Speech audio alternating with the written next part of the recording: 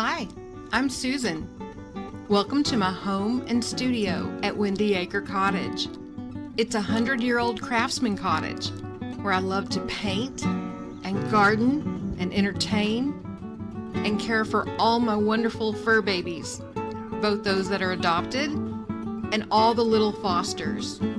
It's also my home base for many fun adventures of the art, history, and gardening kind.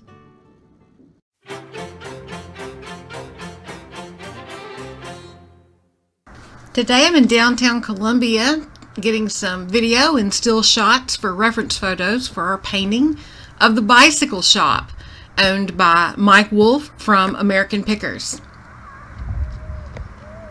I created a simple explanation of one-point linear perspective and illustrated it on the reference photo that we'll be using, and I will provide this for my Patreon students.